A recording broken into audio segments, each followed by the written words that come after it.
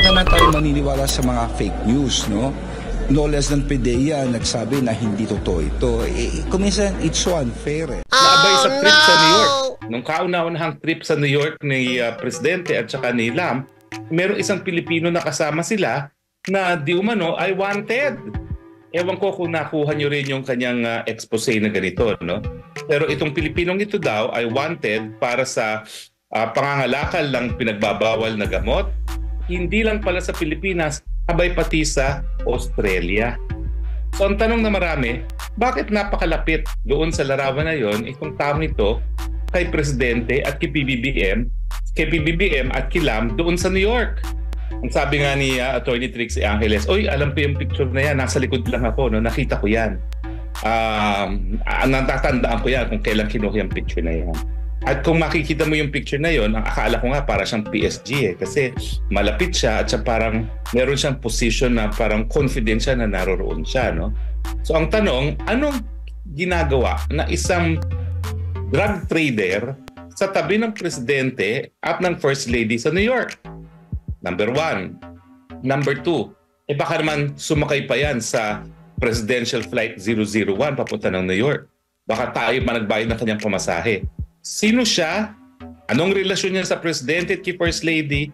At tayo pa ba ang nagbayad ng kanyang pamasahe at ng hotel?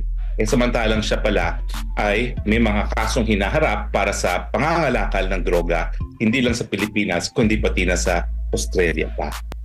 So talaga ngayon po mga partners, no, ang inaantay natin ay ang kasagutan ng Presidente.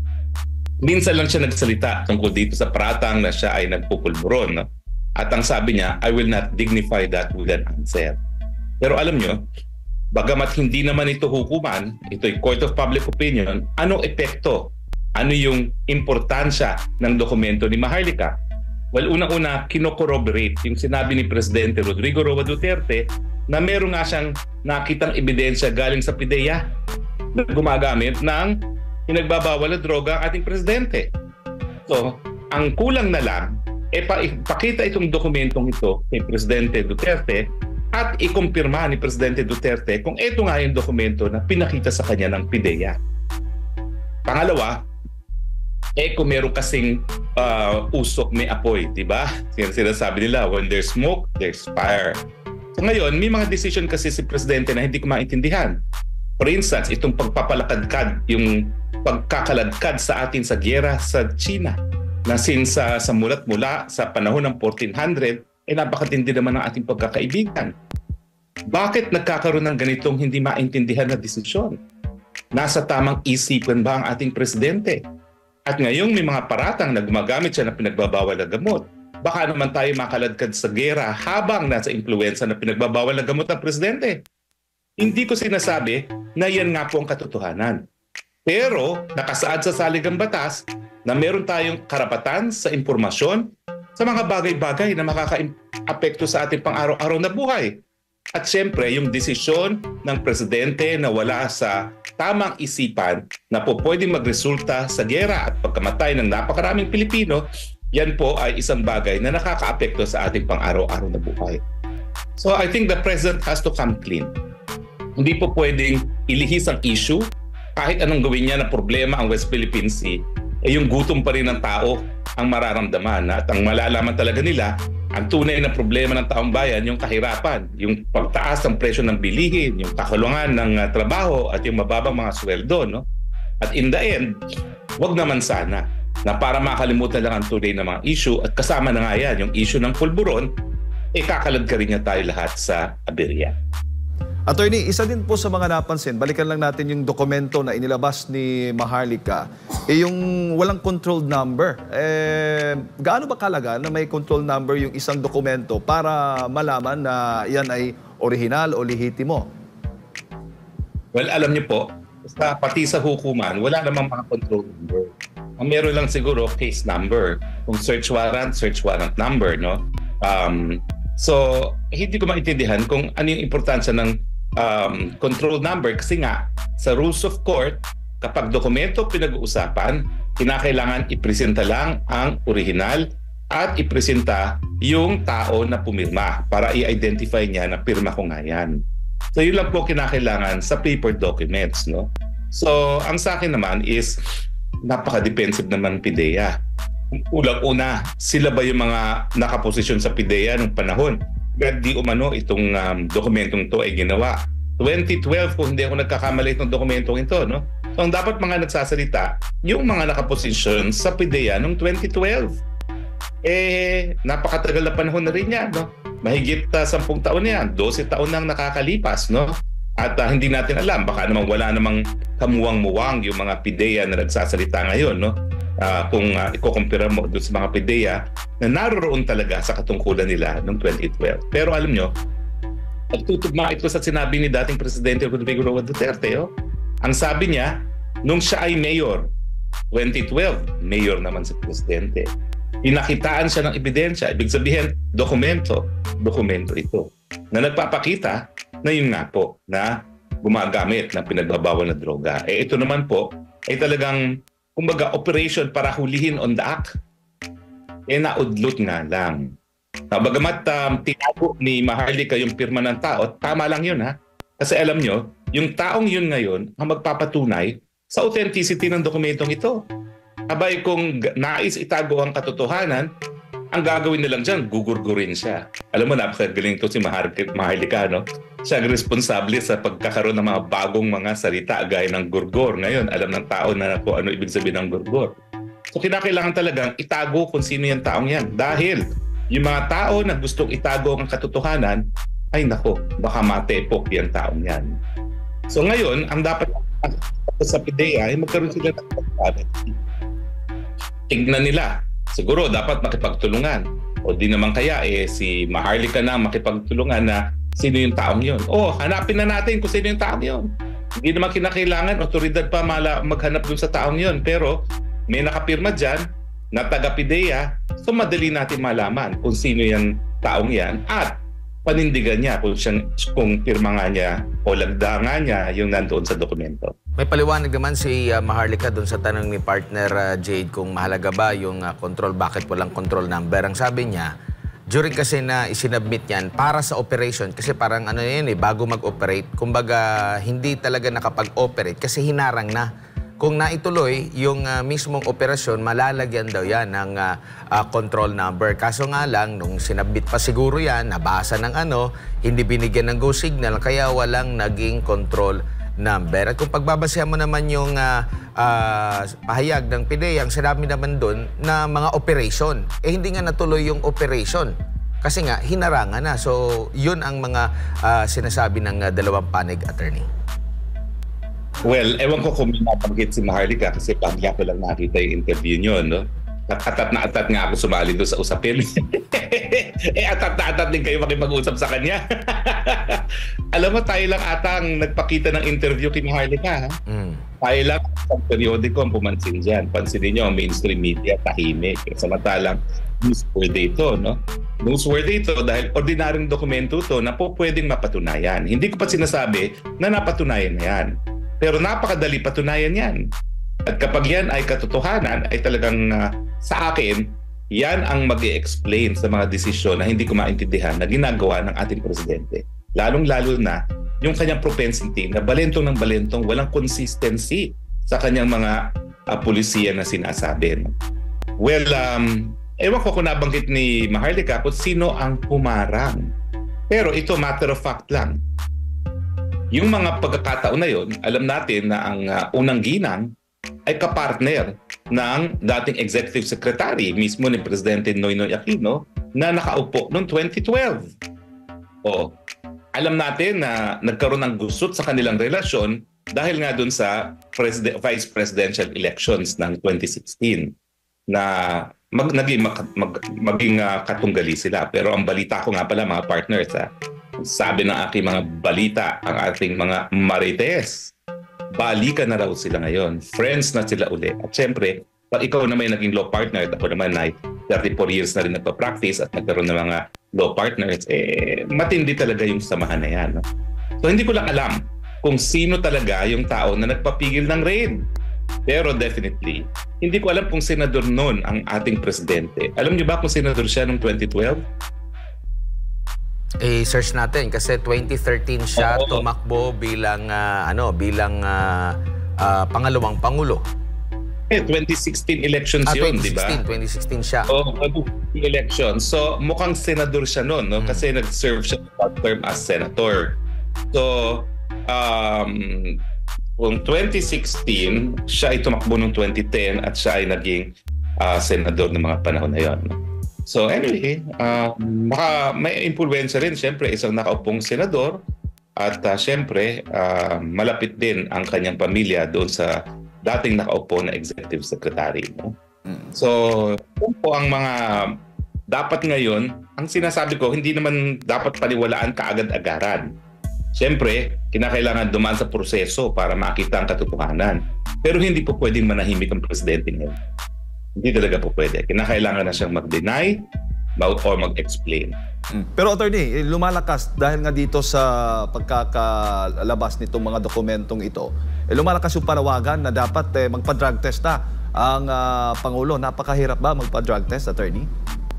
Hindi kasi ginawa naman yan minsan Di ba nung siya ay naging kandidato, ginawa naman niya yung drug test. At dahil may ugong-ugong nangyari ng mga panahon na yun.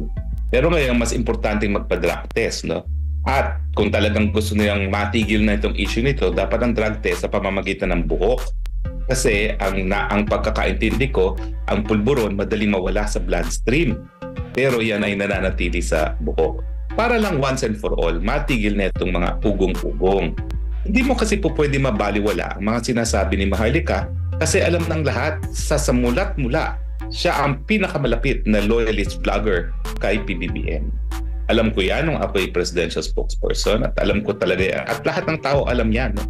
Kaya nga minsan, dapat siguro sabihin na talaga ni Maharlika anong nangyari sa kanila at biglang nawala siya ng diskurso. Nagkaroon siya ng diskurso dito sa matagalan niyang tinataguyod na PBBM. Attorney, pakinggan muna natin yung komento naman ng isa sa mga alter ego ni Pangulong Bongbong Marcos kaugnay naman sa pagkakasangkot ng huli sa issue ng illegal na droga. Naritong report ni MJ Mondihar. Nasanay ang buong mundo na magpalabas ng prank kung di kayo magbiro tuwing Abril 1 o mas kilala sa buong mundo bilang April Fool's Day. Pero ang political vlogger na si Maharlika hindi mabiro kahit April Fool's Day matapos magpalabas ng 2 dokumentong nag-uugnay sa presidente ng Pilipinas sa paggamit ng iligal na droga. May tatak na confidential at logo ng Philippine Drug Enforcement Agency o PDEA ang mga ito. At ang target ng drug operation batay sa dokumento na may petsang March 11, 2012 ay si Pangulong Bongbong Marcos Jr. Nauna nang itinanggi ng PDEA ang authenticity ng mga dokumento at binalaan ng publiko na maaaring makagawa o makapag-reproduce ng mga dokumento ng gobyerno gamit ang AI o Artificial Intelligence. Kung si Interior Secretary Benher Abalos naman ang tatanungin, fake news na laman ng mga dokumento. Well, ganito lang. Huwag naman tayo maniniwala sa mga fake news, no? No less than PDEA nagsabi na hindi totoo ito. Kuminsan, it's so unfair. Alam mo, right now, ang daming lumalabas, no? Kahit nga raw siya ay biktima ng fake news dahil minsan na rin siyang nadali ng identity theft. Kaya nga, ito lang sa amin, sa cybercrime. Ako mismo, nagdemanda ako Nagdemanda ako sa Pangasinan sa mga gumagamit ng pangalan ko, ng boses ko. It's identity theft.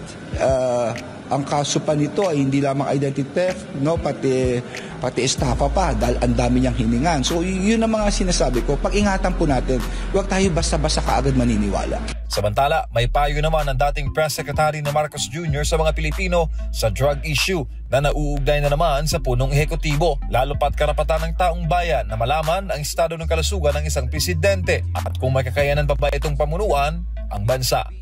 Para sa akin to, the next step is to inquire into the state of health of the president. Kasi if we are going to allege a crime and the crime is being committed now, that will require evidence. The evidence that Madam Maharlika is holding is evidence of previous drug use or a previous investigation on an inquiry into drug use. Para sa Diyos sa Pilipinas kong mahal, MJ Mondihar, SMNI News. Yan, attorney, ano masasabi mo doon sa komento ng DILG Secretary? Tama si DILG Secretary, wag dapat talagang paniwalaan ang lahat ng napapanood natin at naririnig. Pero dapat maintindihan din ni Secretary Benher Abalos kasi no less than a former president na may access sa intelligence ang nagsabi na pinakitaan siya ng PIDEA ng ebidensya. So, kung ikaw ay nag-iisip kung dapat paniwalaan o hindi, papasok sa isip mo, baka ito yung nakita nga ni Presidente. Diba? Unang-una yan. Pangalawa nga, bakit yung denial parang mali eh? Yung denial, ginagamit na wala sa computer system. Wala naman tayong pinag-uusapan na electronic document na kinakailangan nakapasok sa isang computer system. Simple lang yan, papel. At ang papel, madaling nang mapatunayan sa pamamagitan ng original at saka yung tao na meron nagdatoon. No? So, at pangatlo, ang lakas na kasi ng ugong-ugong. So, sabihin natin fake news yan, napakalakas ng ugong-ugong kasi syempre lahat tayo naaabala nga doon sa estado ng pag-iisip ng Presidente. Lalo na ngayon na parang nasa aberya na ang buong Pilipinas at may posibilidad na mamamatay ang ating mga kababayan sa isang giyera na hindi natin maintindihan kung anong pinagsimulan. So importante talaga na gaya ng sinabi ni dating Secretary Trixie Angeles na isiwalat kung ano yung estado ng kalusugan at kasama na rin dyan yung mental health ng ating Presidente. No? So tama po yan. Lahat po tayo nagiging biktima ng fake news. Ako nga, kahapon lang nagiging biktima ako ng fake news. Sinabi ko daw na may agreement tungkol sa ayungin. Wala naman. Ang agreement ay tungkol sa kabuuan ng West Philippine Sea. Malinaw po yan. Pero, kahit ano naman ang marinig mo, kung meron ka namang mga iba't ibang basihan, kung paniwalaan o hindi, lalabas at lalabas naman yan. No?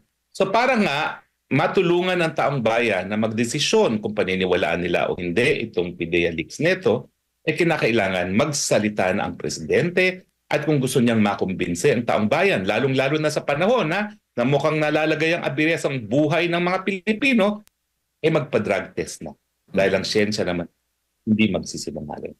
Attorney, mali ho ba na i-post ng mga mainstream media, gamitin itong unverified documents o umano nila doon sa kanilang mga platforms para maipaalam sa publiko? Dahil may ilan nga pong nag-post nito, parang nasindak at na dinilit. Ano ho ba yung tama ho ba dyan? Anong masasabi ninyo?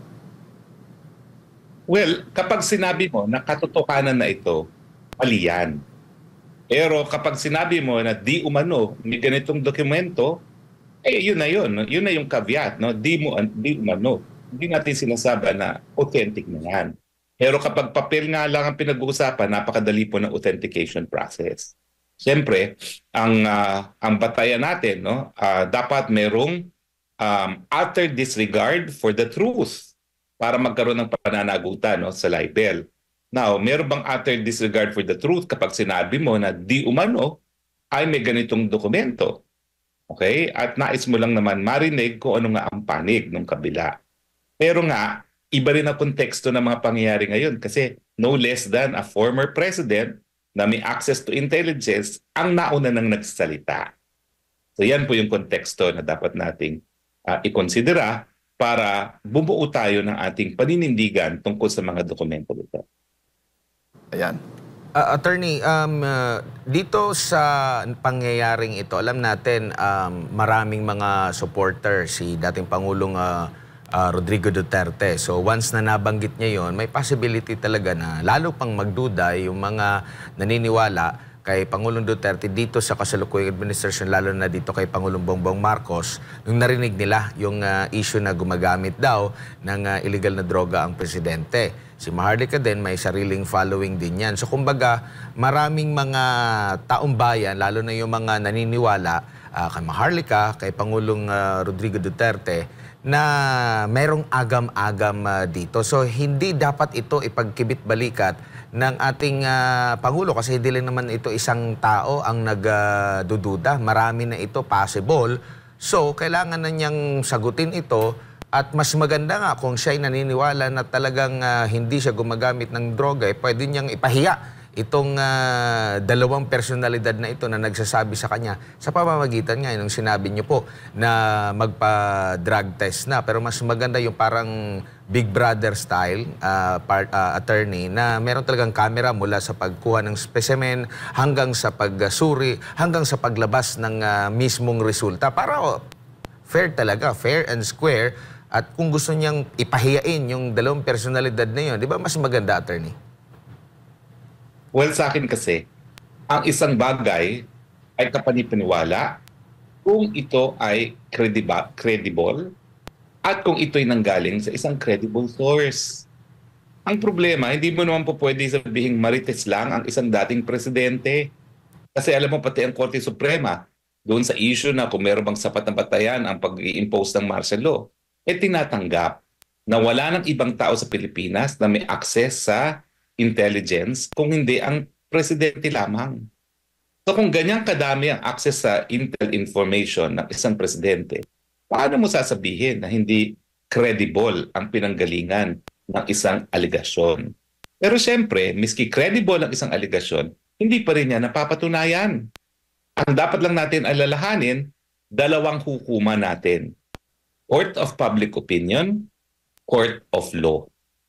Court of Law, kung nais natin silang mapanagot, magkaroon ng kaparusahan sa paggamit ng droga, pero Court of Public Opinion, kung ang issue lamang ay yung kakayahan na manatili sa kanyang pwesto dahil nga baka ang mga desisyon ay ginagawa sa mga panahon na hindi ang tamang pag-iisip. Attorney, kung sakalin pong itong mga dokumento, itong mga ebidensya ay totoo, mag-ground po ba ito o magiging batayan ho ba itong ma-impeach yung panawagan niya ng ilan ng Pangulong Bongbong Marcos? At kung itutuloy man yung impeachment, sa Kongreso magsisimula yan, napakaraming kaalyado ng Pangulo. Well, unang tanong, ito ba impeachable? Siyempre, ito ay betrayal of public trust. Kasi ang pinaka-importanting katungkulan ng presidente, magpatupad ng batas. Paano niya mapapatupad ng batas kung siya mismo ay lumalabag sa batas? At siyempre, yung paggamit ng pinagbabawal na droga ay isang krimen na dapat nga ay sinusupil ng ating presidente. Totoo yan. Ang impeachment ay isang political process. Pero ano bang nalaman natin sa ating kasaysayan? Ang impeachment, minsan gumagana, minsan hindi. Huwag natin kalimutan na yung panahon ni dating Presidente Estrada, abay solid majority rin yan. Mas matindi pa ang popularidad ni dating Presidente Estrada kung ikukumpara mo ngayon sa popularidad ni Presidente BBM dahil siya ay isang artista. Pero anong nangyari? Abay hindi nila akalain na bagamat napakalakas ng kanilang hawak sa Kamara, abay inumusad din ang proseso ng impeachment. Bakit? Kasi meron din namang kahihiyan yung mga congressman na yan. Kahit marami sa atin at tingin natin sa kanila hindi kanais-nais na mga individual, eventually magaling ang pulso ng mga politiko. Pupunta yan doon sa magiging winner, kumbaga. At kung alam nila na palubog na ang isang leader, hindi para kampihan pa nila yan. Kung hindi sila susuporta sa impeachment, kasi ang assessment nila, tatagal pa. Siyempre, ang kongresista, ang inisip lang niya saan ako makakakuha ng proyekto. No? So, susuporta siya doon sa makakabigay sa kanya ng proyekto. At hindi mo naman sila masisisi, no? Dahil ganyan sila nananalo ng eleksyon. Pero pag nakita nila na talagang wala ng pag-asang magtagal sa pwesto, gaya ng nangyari kay Presidente Erap, susuporta rin yan sa impeachment. Yan yung una. Pero ang pangalawa, hindi naman sa ating kasaysayan natanggal ang dalawang proseso, ang dalawang presidente sa pamamagitan lamang ng impeachment. Hindi naman natin tinanggal ang ama ni PBBM sa pamamagitan ng impeachment. At hindi rin natanggal si Presidente Estrada sa pamamagitan ng impeachment. Hindi nga nagtuloy, hindi natapos ang trial ni Presidente Estrada, and yet siya ay napilitan ng bumaba sa pwesto. At yan ang naging desisyon nga ng Korte Suprema nung nagdesisyon si Chief Justice Davide na i-administer ang oath of office kay dating Vice President at naging Presidente Gloria Macapagal-Arroyo. So hindi lamang sa impeachment natatanggal ang presidente na nawala na ng tiwala ang taong bayan. Yan ang legal na proseso. Pero legal din kapag ang soberenyang taong bayan ay nagdesisyon, tama na, sobra na. At meron na tayong dalawang president dito. Yung pagtanggal sa amas mismo ni PBBM at yung pagkakatanggal din ni dating presidente Erap Estrada. At kung Attorney, ito ay mangyayari kung hanggang sa kasalukuyan ay gumagamit pa rin. Pero ito, 2012, halimbawa, pagpalagay, sasabihin niya na, ay 2012 pa yan, nagbagong buhay na ako, wala na ako dyan. So, pwede pa rin makabawi, Attorney? Well, may posibilidad.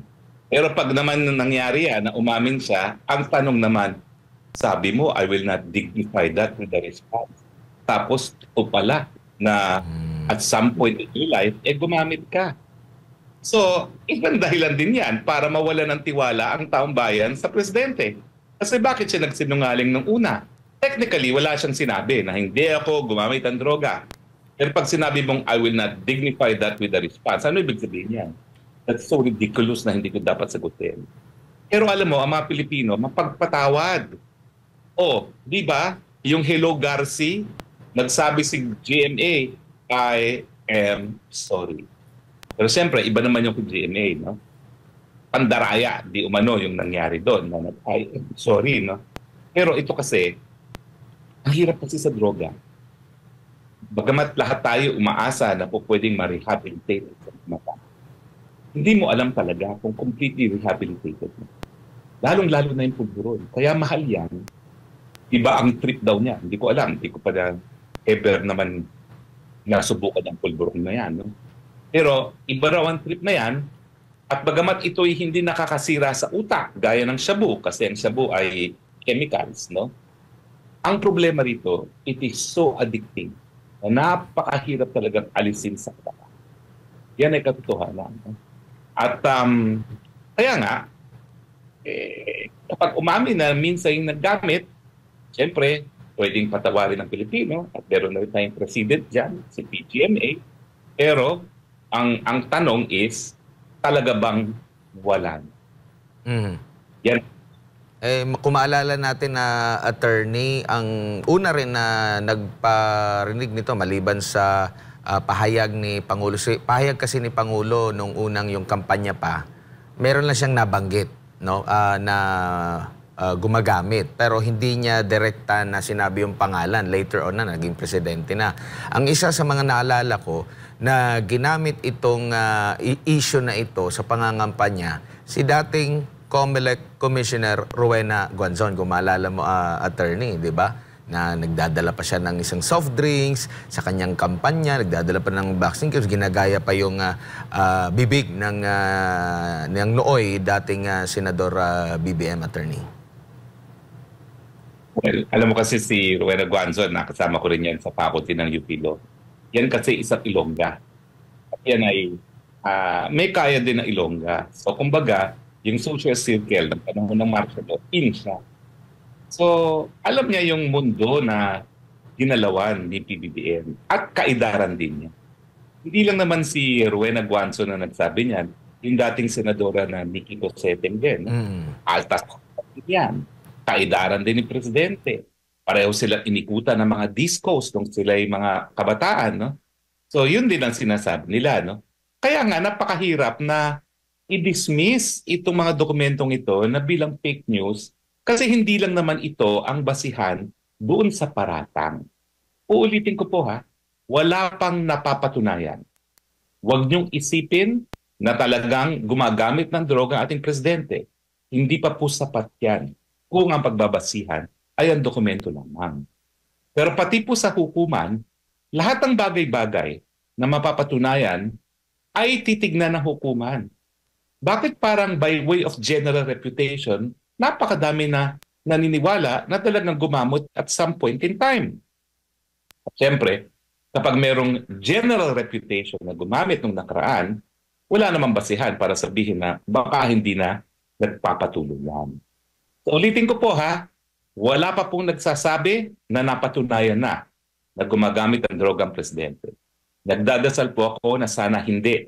Dahil sa mga panahon ngayon, na ang issue ay gera at buhay ng mga Pilipino, naku po, kapag siya ay nasa influence ng droga, kawawa po ang mamamatay na Pilipino. Pero, huwag nyo rin sisihin ang ilang mga kababayan kung meron silang propensity na maniwala. Kasi hindi lang naman po yung dokumento ni Maharlika ang pagbabatayan nila. Kasama na po yung general reputation na pati po sa hukuman ay hindi naman po natin pwedeng baliwalain. Attorney, madagdag ko lang dahil nabanggit mo na kung umamin man ang Pangulo na siya'y gumagamit nga ng illegal na droga, papaano niya magagampanan yung kanyang tungkulin laban sa illegal na droga, tulad ng war on drugs? Ito ba yung nagiging dahilan kung bakit malambot ba tayo sa paglaban sa illegal na droga kumpara noong mga nakaraang administrasyon? Well, ayaw kong sabihin na ito yung dahilan kung bakit ibang approach. Kasi in fairness, napakadami rin nilang nahuhuling mga droga. Kung maalala mo, dito lang sa administrasyon ng PBBM, nagkaroon ng paghuli ng halos 1 toneladang shabu. So, meron namang nagaganap, in fairness. Kaya nga hindi nyo pwedeng sabihin na ako'y naninira lang. Dahil totoo naman po na hindi naman sila nagpapabaya laban dito sa droga din. Lalong-lalo na doon sa paghuli ng mga shabu. Pero ang katotohanan niyan, ang tao na nagsasabing I hate drugs, talaga namang nagpaparating na kanyang paninindigan na talagang hindi siya papayag na masira ang republika ng mga narco-politician. So yun lang ang pagkakaiba. Pero wag naman natin kalimutan na yung mga naganap din, yung mga na-achieve din ng PBBM administration dahil sa totoo, marami talaga silang mga nahuli, lalong-lalo na